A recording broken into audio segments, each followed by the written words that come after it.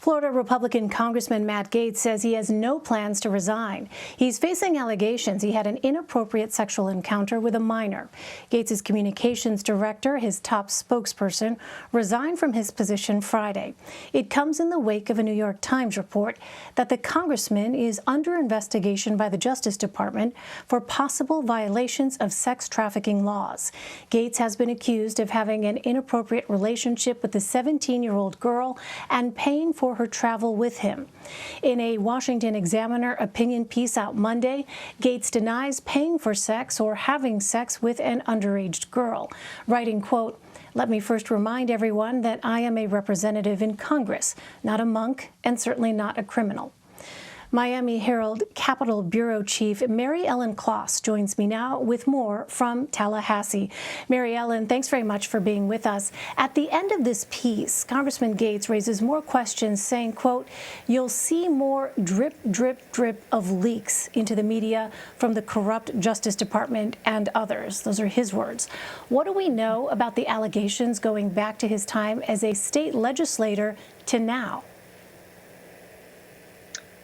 Well, I mean, Matt Gaetz has been involved in a lot of controversial events over his career.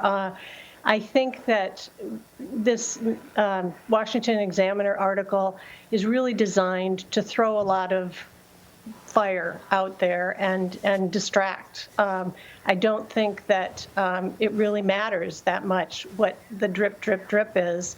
In fact, until we see some allegations and some criminal charges, which I think should remain the focus. I think he wants us to forget that this all began under the previous administration, and it looks as though he's trying to blame the current administration for targeting him. However, it does raise some questions as to when he learned of this investigation.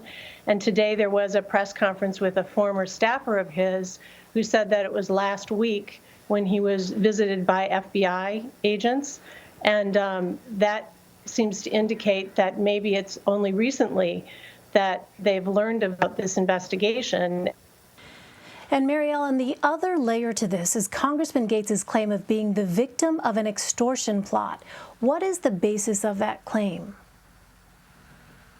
Well, in many ways, it is a very different claim. He alleges that his father, who is a former state Senate president and a multimillionaire, was asked for money to investigate an Iranian hostage whose family has indicated that they believe he's dead.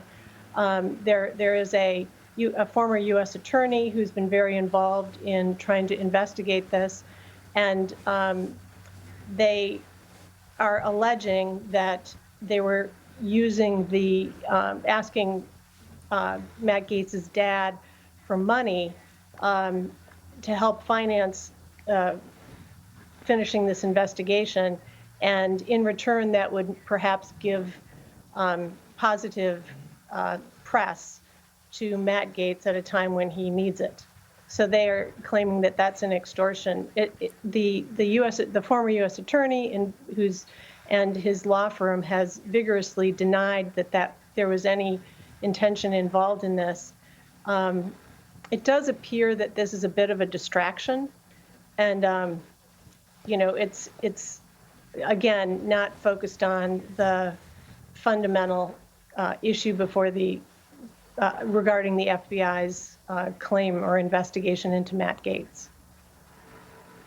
Well, over the weekend, we saw reports of quotes from anonymous House Republicans who said they thought that Congressman Gaetz's days in Congress were numbered, but he seems intent on sticking it out. Does his media offensive put him at legal risk at all? It's a good question. I think that this is classic Matt Gaetz. He's a fighter. He is a sharp tongue. He will not go easily. On the other hand, if you're facing these kind of allegations, in many ways, you're going to, dredge up a lot of enemies.